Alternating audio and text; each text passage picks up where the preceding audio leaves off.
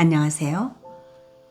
귀로 여는 세상, 영심이의 책방 가족 여러분 환영합니다. 오늘의 작품은 문순태 작가의 타오르는 강, 함께 감상하시겠습니다. 타오르는 강, 문순태 제7부 어둠의 땅.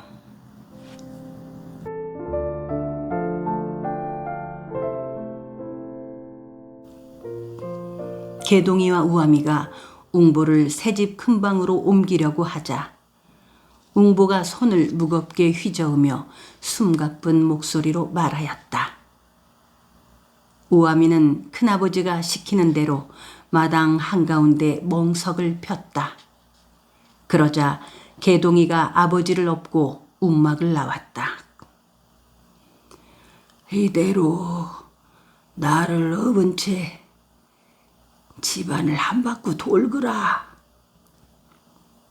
개동이는 아버지를 업은 채 천천히 새 집을 돌기 시작하였다. 그는 처음으로 아버지를 등에 업어보았다. 아버지는 마른 장작개비만큼이나 가벼웠다. 그는 문득 자신이 어렸을 때 보았던 우람한 아버지의 모습을 떠올리면서 아버지의 가벼워진 몸무게에 비례할 만큼 마음이 무거웠다.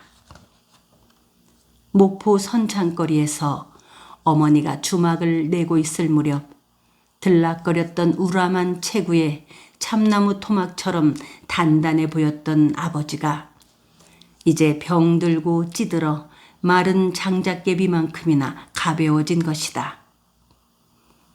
아버지, 새 집이 마음에 드셔요? 개동이가 아버지를 업고 큰방 모퉁이를 돌며 물었다. 개동이도 집진이라고 욕봤다.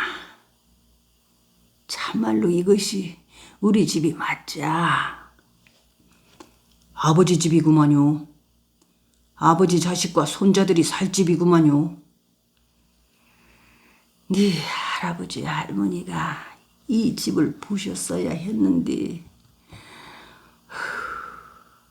이 집에서 하룻밤만이라도 주무시고 돌아가셨어야 했는데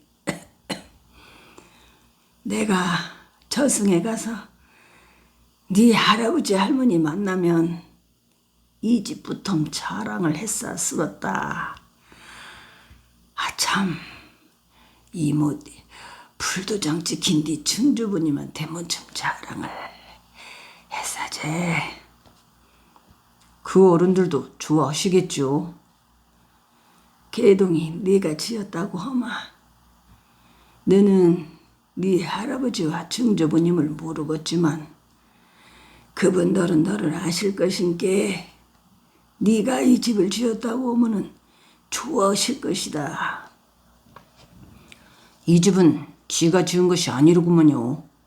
이 집은 아버님께서 지으신 거로구만요. 아니다. 네가 지은 집이여. 그나저나 이제 애비 한이 포도시 반이나 불린 것 같구나. 앞으로 땅만 찾으면 헌디 그것을 못 풀고 죽을 것만 같아. 네 주부님, 증주부님을 어떻게 볼 거나 생각해보면 이 애비는 참말로 헛세상 살고 가는 것 같구나. 그러면서 웅보는 개똥이에게 마당 가운데 깔아놓은 멍석 위에 자신을 내려달라고 하였다. 개동이가 조심스럽게 멍석 위에 내려놓자 웅보는 가까스로 두 팔을 짚어 상반신을 가누고 앉아 목을 돌려가며 감격스러운 얼굴로 새 집을 살펴보았다.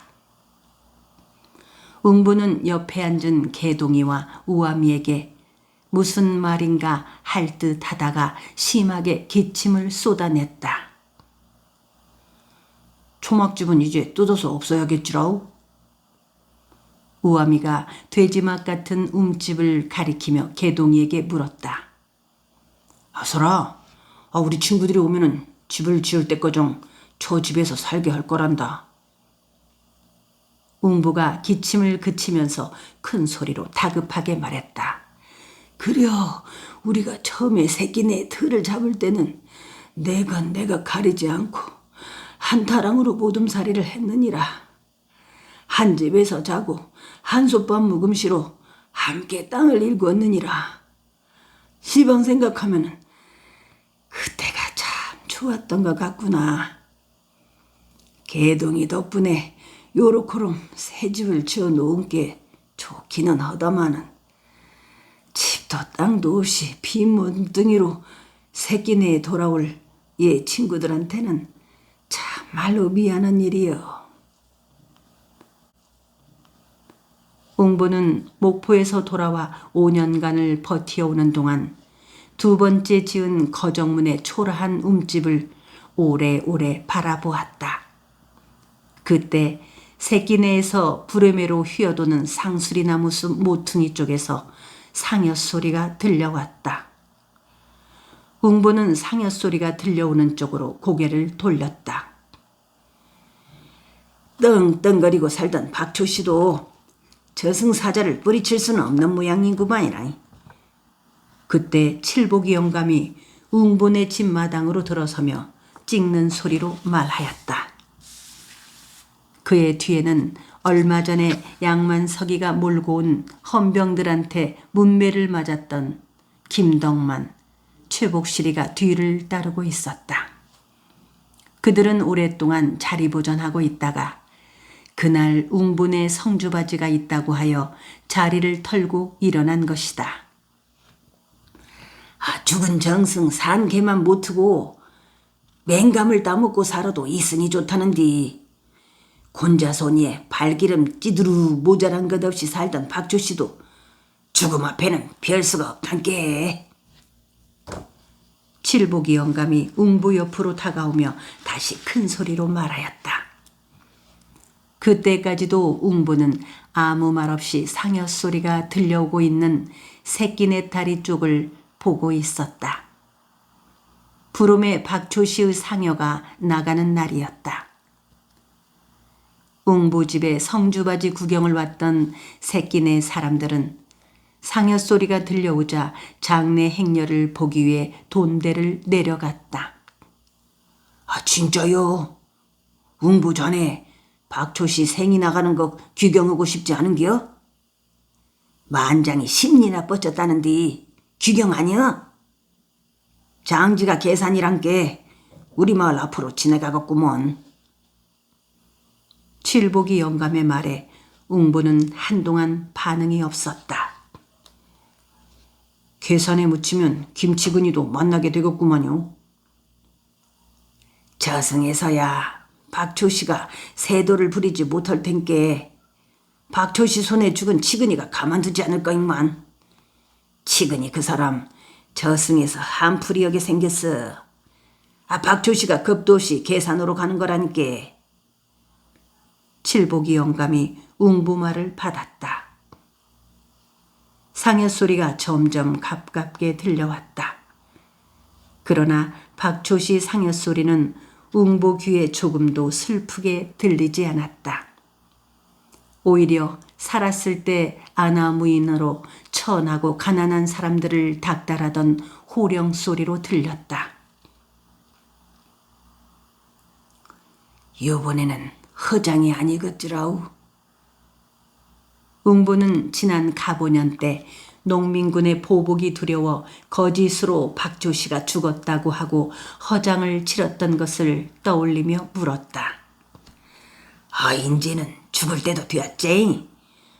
박조씨도 죽을 때가 되었고 나도 죽을 때가 된 거여. 칠복이 영감은 그러면서 얼핏 계산 쪽을 바라보았다. 그 자신도 죽으면 그곳에 묻히고 싶은 것이었다. 계산에는 김치근이가 먼저 가서 기다리고 있어서 마음 든든하게 생각되었다. 그리고 칠복이 영감 생각에 머지않아서 웅보도 계산으로 돌아갈 것 같아 한결 계산이 정겨워 보였다. 영포원 들어오려면 아직 멀었냐? 웅보가 개동이를 향해 물었다. 그는 날이 밝기 전부터 목포에서 영포안을 타고 오기로 했다는 친구들을 눈이 물커지게 기다리고 있었던 것이다. 얼추 당토할 시간이 되었구만요. 개동이가 조끼 주머니에서 회중시계를 꺼내보며 말했다.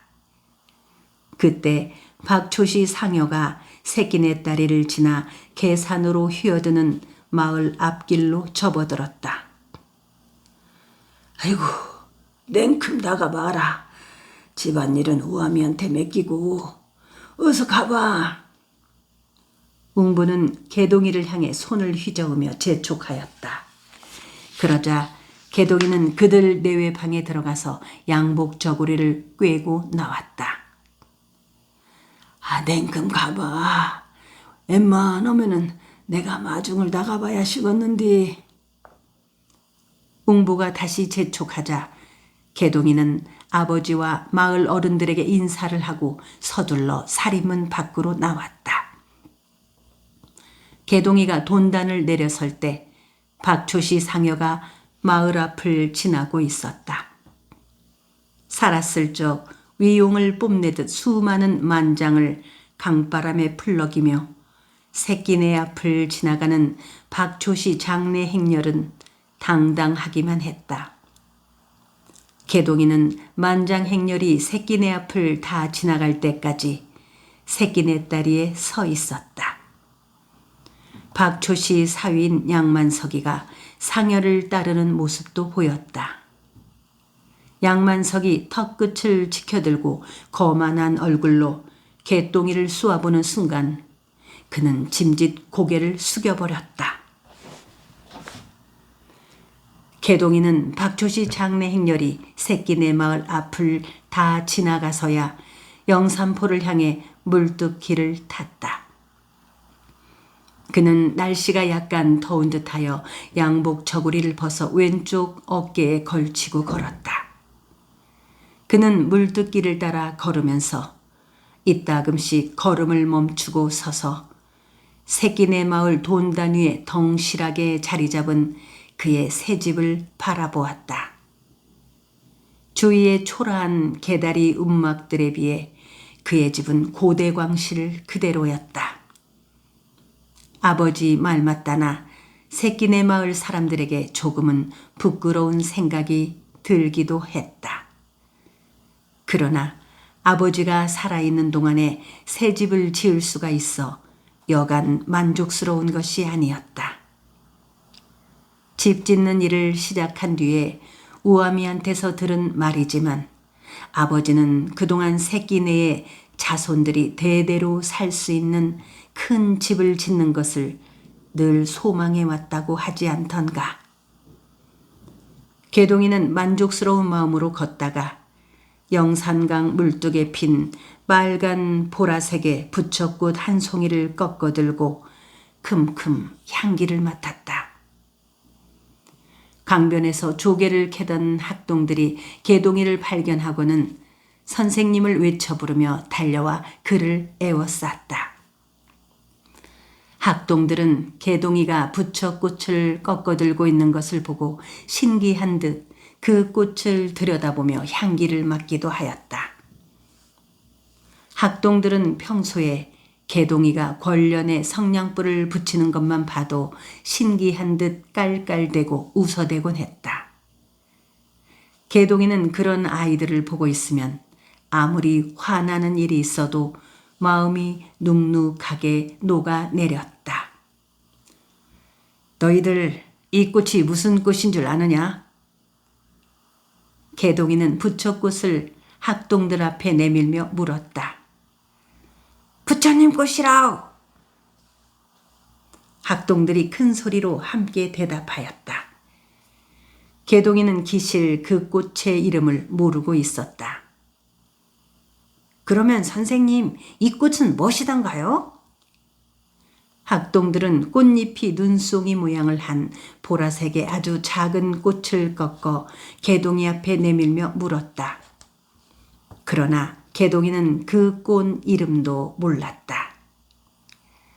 개동이는 학동들에게 솔직하게 꽃 이름을 모른다고 하였다. 그랬더니 대여섯 명의 학동들이 한꺼번에 와글와글 웃어댔다. 학동들에게는 그들이 잘 알고 있는 꽃 이름을 선생님이 모르는 것도 신기하게만 생각되었던 것이다. 이것은 등심붓꽃이라. 한 학동이 꽃 이름을 말해주자 그들은 다시 큰 소리로 한바탕 웃어댔다. 개동이의 눈에 그 아이들의 모습이 빨간 보랏빛의 부처꽃이나 눈송이 모양의 남보랏빛 등심붓꽃처럼 아름답게 보였다. 영산강 물뚝에 피어있는 들꽃처럼 고운 그 학동들은 개동이가 영산포에 거의 다 오도록까지 웃고 떠들어대며 따라왔다. 개동이가 몇 번이고 그만 강변으로 돌아가서 조개를 캐거나 집에 돌아가서 숙제를 하라고 타일렀지만 듣지 않았다. 학동들은 공일에 학교 밖에서 선생님을 만나는 게 마냥 신나고 오달저했다.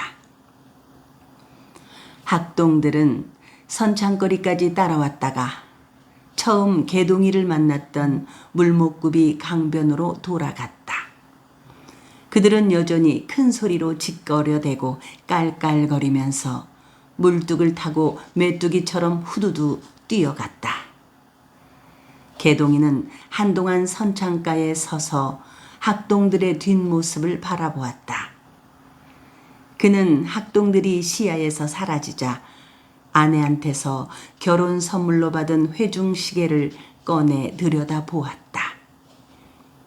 영포환이 당도할 시간이 거의 가까워지자 장량리 쪽 강물구비에 시선을 못 박았다. 그러고 한참을 기다렸다.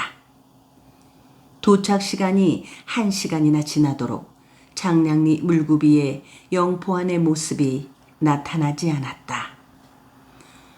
영포환 도착 시간이 늦어지자 집에서 꺼져가는 마음으로 애타게 기다릴 아버지가 걱정되었다.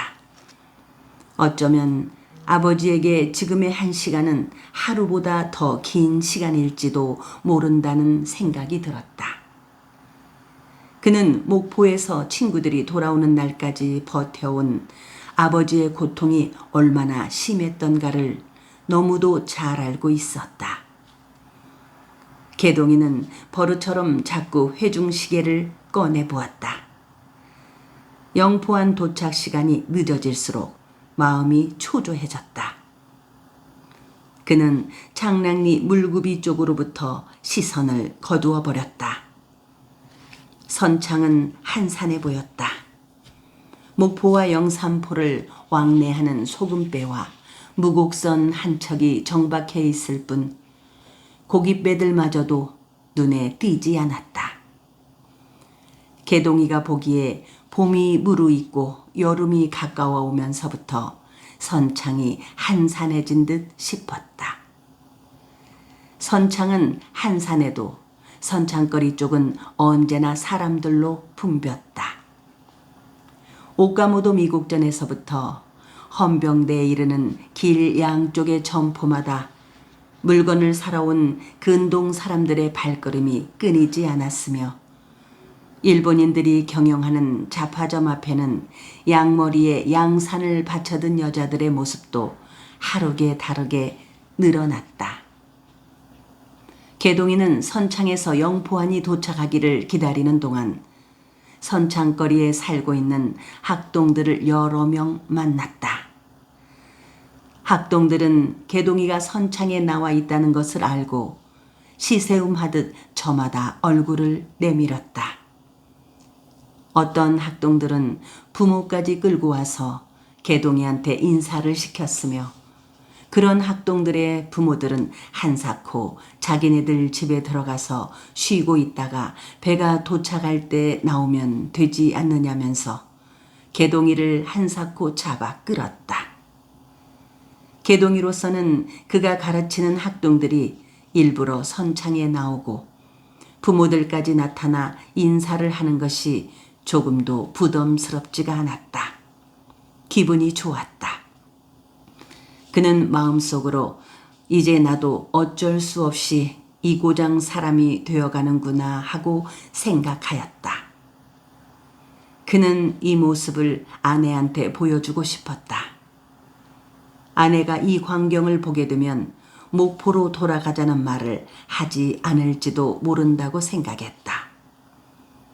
요즘악 아내는 개동이가 새 집까지 짓자 이제는 꼼짝없이 새끼네 사람이 되고 마는구나 싶었던지 부쩍 더 목포로 돌아가자고 보채기 시작했다. 개동이의 주변에는 어느덧 연하문명 학동들과 학부모들이 둘러싸고 있었다. 개동이가 그들에게 그만 돌아가라고 사정을 하다시피 하였으나 그들은 배가 도착할 때까지만 함께 있겠다면서 선창에서 떠나지 않았다. 그들은 개동에게 삶은 달걀이며 사탕, 빨갛게 익은 앵두, 비싼 권련 등을 가져다 주기도 했다. 개동이는 학동들과 학부모들이 가져다 준 그것들을 두 손으로 들고 곤혹스럽게 서 있어야만 했다. 영포안이 당도한 것은 예정 시간보다 1시간 반이나 늦어서였다. 개동이는 학동들에게 둘러싸인 채 배에서 내리고 있는 사람들을 한 사람 한 사람 유심히 살펴보았다. 영포안에서 내린 사람들은 양복쟁이들이 많았다. 광주를 비롯하여 남도 내륙 지방에서 목포나 서울을 오가는 사람들은 모두 영산포에서 백기를 이용했다. 영포안에서 내려 나주 쪽으로 갈 사람들은 영산포에서 다시 나룻배를 타고 영산강을 건너고 광주 방면으로 갈 사람들은 이곳에서 마차를 타거나 달구지 신세를 지기도 하였다. 개동이는 검은 두루마기 차림에 회색의 운두 높은 중절모를 쓰고 배에서 내리고 있는 염죽은 아저씨를 발견하고 손을 흔들었다. 염죽은은 개동이를 미처 보지 못한 듯 승선판 위에서 잠시 멈추어 서서는 선창 주변을 두렷두렷 둘러보고 있었다. 염죽은의 바로 뒤에는 두루마기를 입지 않은 동저고리 바람에 낡은 중절모를 쓴 초로의 남자와 주황색 탱크 바지에 한복 저고리 차림의 사내가 따르고 있었다. 개동이는 염죽은 아저씨의 뒤를 따르고 있는 동저고리 바람과 탱크 바지 차림의 판쇠와 덕칠이 아저씨일 거라고 짐작하였다. 개동이는 염죽은 아저씨를 향해 손을 흔들다 말고 자신도 모르게 큰 소리로 어머니! 하고 외쳤다. 분명 그의 눈에 어머니의 모습이 늦봄 한낮의 쨍쨍한 햇살보다 더 선명하고 화사하게 들어왔다. 분명 개동이의 어머니 마금예가 영포안에서 내리고 있었다. 옥색 치마에 옥양목 흰 저고리를 단아하게 차려입은 개동이의 어머니 마금예가 영산강 바람에 머리카락을 날리면서 승선판을 밟고 내려오고 있었다. 염주근은 마금예가 가까이 다가오기를 기다렸다가 나란히 서로 이야기를 주고받으면서 하선을 하였다. 개동이는 학동들 사이를 헤치고 어린아이처럼 설레는 마음으로 선착장 가까이 뛰어갔다. 그를 에워싸고 있던 학동들도 뒤를 따랐다. 어머니가 웬일이셔요? 개동이는 뜻밖의 어머니를 만나게 되어 흥분을 감추지 못하고 큰 소리로 소리치며 어머니 손을 부다놨다. 어머니가 오실 줄은 꿈에도 몰랐어요. 개동이는 너무 반가워 어쩔 줄을 몰라 했다. 그는 학동들과 학부모들이 옆에서 보고 있다는 것도 잊은 채 10살 안팎의 아이들처럼 화드득거리며 어쩔 줄을 몰라 했다. 개동이 어머니 마금례는 작은 가죽 손가방을 들고 서서 아들의 얼굴을 눈물이 크렁하게 젖은 눈으로 짜짜시 들여다보면서 싱긋 웃음을 보냈다. 아이고, 이 양반들이 어찌나 보채 쌌든지 어쩔 수 없이 따라왔단다. 마금례가 크렁한 눈으로 염주근과 판쇠, 덕칠이를 둘러보며 말했다. 따원 아잼씨도 핑계가 좋아서 사돈네 집에 가시고쏘.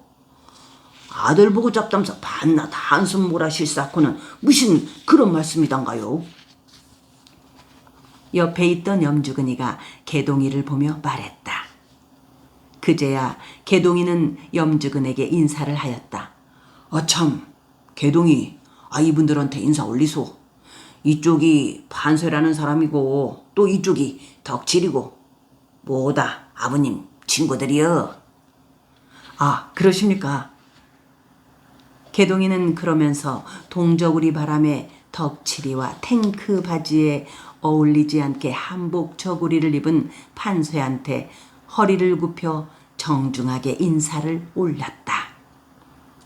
인사를 하고 나서 그는 얼핏 판쇠를 보았다. 새끼네에 살고 있는 그의 동생 판돌이와 너무도 닮았다고 생각했기 때문이다. 개동이가 아버지 옛 친구들에게 인사를 하고 나자 그를 둘러싸고 있던 학동들도 개동이 어머니와 아버지 친구들에게 저마다 허리를 굽적이며 인사를 하였다. 그것을 본 마금례와 염주근 등이 멀뚱한 표정으로 개동이를 보았다. 지가 가르치고 있는 학동들이구먼요. 그리고 이쪽은 학동들의 부모님들이시고요. 개동이가 설명을 해주어서야 그의 어머니 얼굴에 오달진 미소가 봄날의 화사한 햇살처럼 밝게 퍼졌다. 개동이는 영포 안에서 내린 어머니와 아버지 친구들을 모시고 선착장에서 선착거리 쪽으로 향했다. 염죽은 판쇠, 덕칠이 등은 선착거리로 나오면서 감회 깊은 얼굴로 몰라보게 달라진 거리 모습들을 두렵거리며 살펴보느라 정신이 없었다. 그들은 저마다 종에서 풀려 영산강을 건너왔을 때를 떠올리면서 한동안 마음이 무거워지는 것을 느꼈다. 판쇠는 문득 영산포 나루터에서 웅부를 처음 만났던 기억에 사로잡혀 사금파리와도 같은 햇살 조각들이 영산강 물노을 위에서 반짝이는 모습을 보면서 밤하늘의 수많은 별들을 생각하였다. 웅부를 처음 만났을 때 그는 종들이 죽으면 하늘의 별이 되어 언제까지나 죽지 않고 반짝거린다는 말을 했었다. 웅부의 그 말에 판쇠는 코웃음을 치고 나서 이승의 종은 죽어서도 종의 굴레를 벗어날 수 없다고 쏘아댔던 기억도 생각났다. 그때가 너무도 힘들었기에 더욱 소중하게 기억되는 것인지도 몰랐다. 그려 밤하늘의 별이 맞구먼. 웅부 말이 맞는겨. 핵교 훈장님이 된 개동이가 바로 우리들의 별인게요. 판쇠가 개동이를 보며 중얼거렸다. 그러나 아무도 판쇠의 그 말뜻을 이해하지 못하였다. 그때 판쇠는 다시 그가 종의 굴레로부터 벗어나 영산강을 건너와서 만났던 송량자들이 장차 살아갈 방도를 생각 못하고 죽어가는 사람처럼 기력이 빠져있는 모습을 보고 울컥한 기분에 육자배기 한 가락을 뽑아내 그들의 얼굴에 잠깐 동안이나마 웃음을 떠올리게 했던 기억이 되살아나 희미하게 웃었다. 그러나 그는 새끼내에 정착해서는 땅을 일구느라 목청 다듬어 볼 여유조차 없었고 목포에 나가서는 선창 등짐꾼이 되어 목구멍 타장하기에도 정신이 없었다.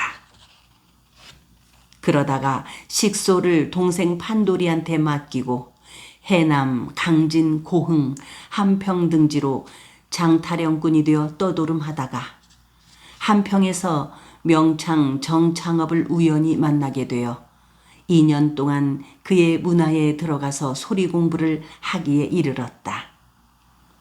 정창업은 한평 태생으로 보성 강산리에 살면서 목청이 절등하게 뛰어나 당대에 비교할 만한 짝이 없을 정도로 유명한 소리꾼이다.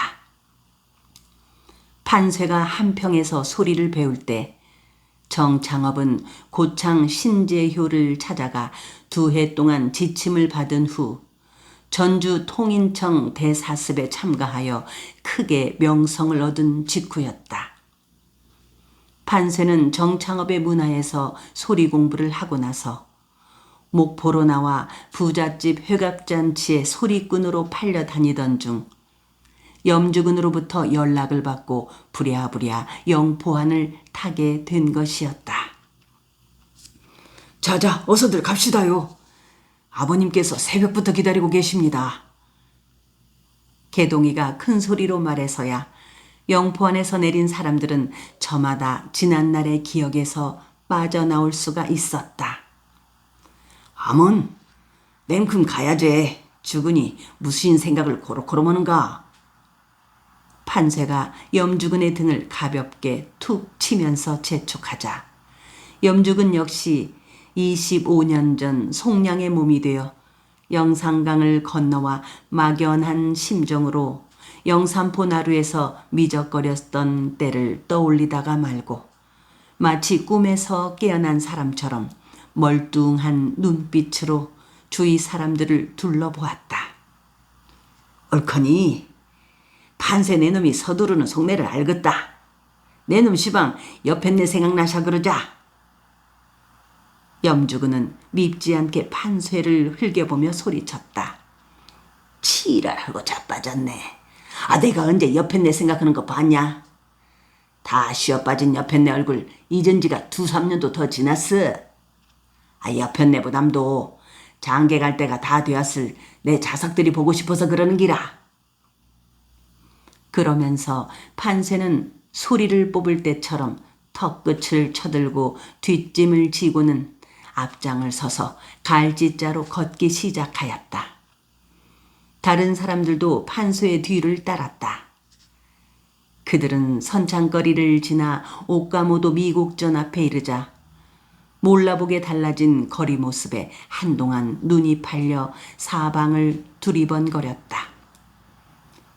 그들이 보기에 목포와 조금도 다를 바가 없이 점포와 주점들이 즐비하고 오가는 사람들로 북적거렸다. 아, 개동이 네가 가르치는 핵규는 어디에 있냐? 염주근이와 나란히 걷고 있던 마금내가 거리를 두리번거리며 물었다. 여기서 한참 더 가야 하는구만요. 선창거리 동쪽 끝 내거리 건너편에 있어요. 개동이는 어머니 물음에 대답하면서 얼핏 염주근 아저씨를 보았다.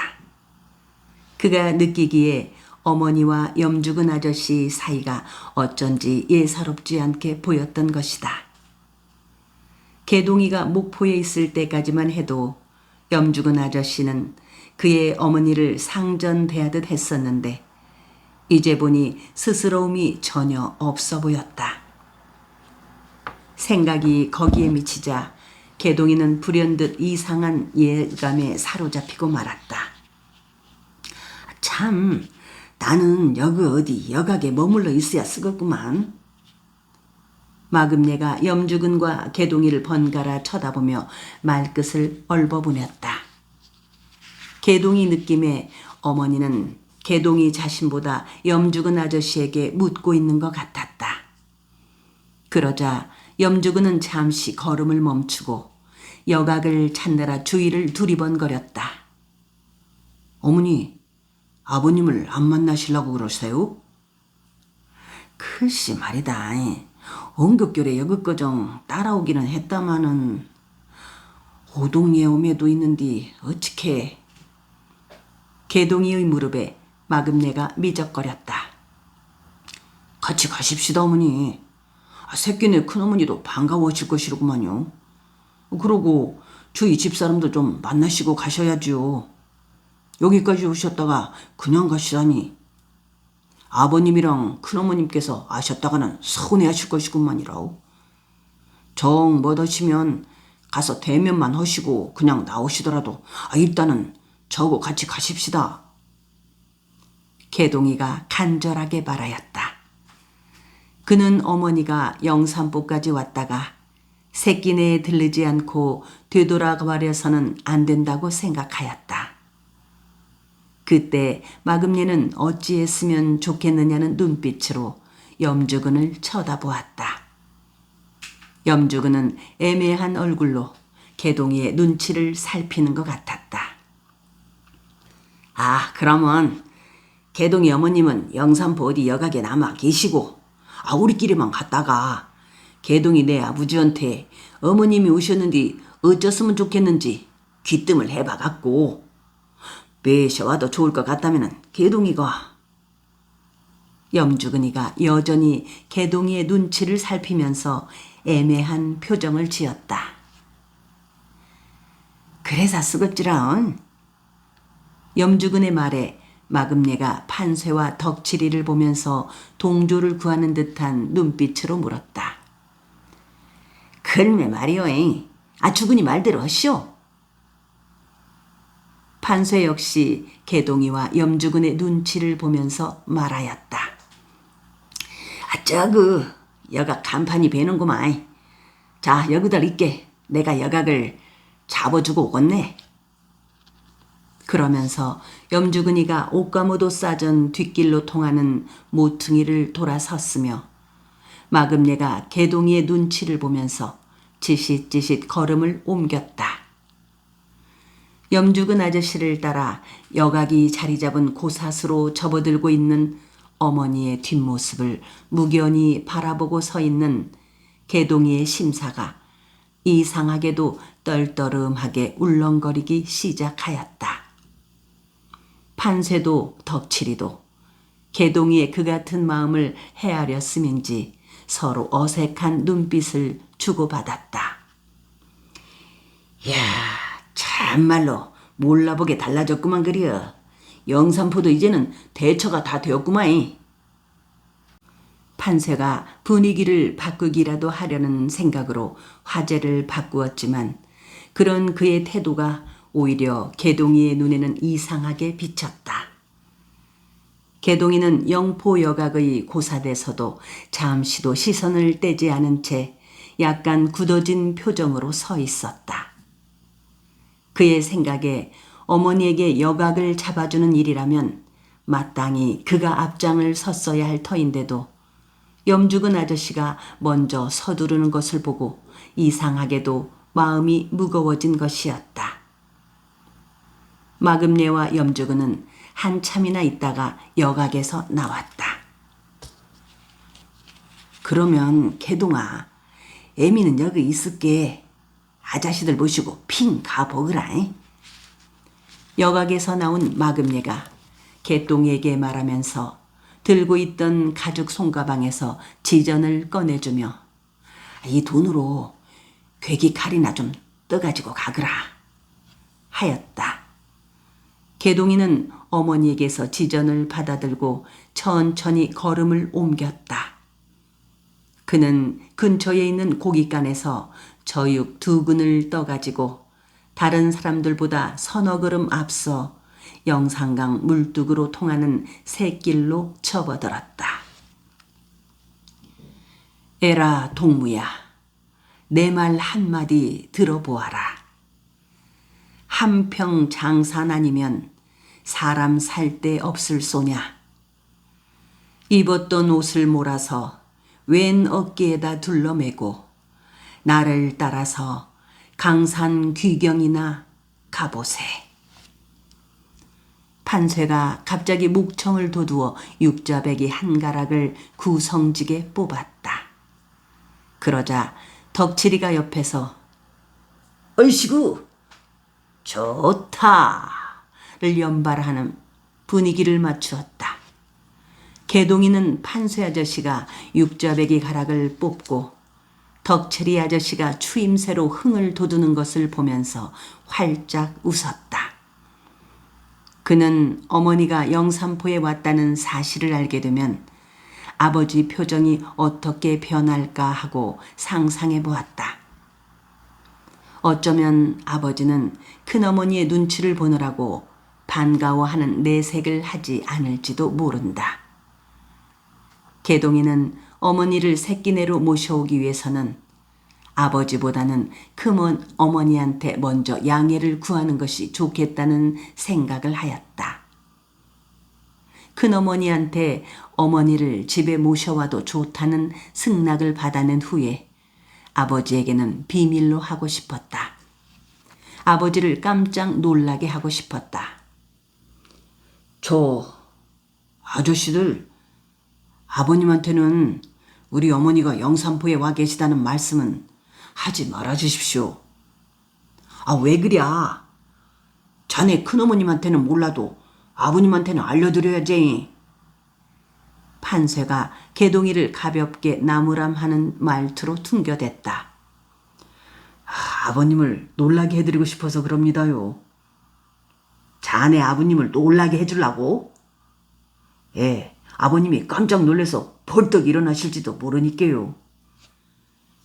개동이는 아버지가 뜻밖의 어머니와 마주치게 될 순간을 떠올리면서 희끔 웃었다.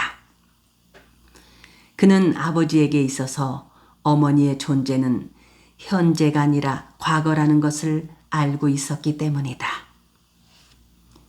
판쇠는 계속 육자배기 가락으로 목청을 당금질하며 물뚝을 따라 천천히 걸었다. 그는 새끼네가 보이자 목청이 애원성으로 드높아졌다.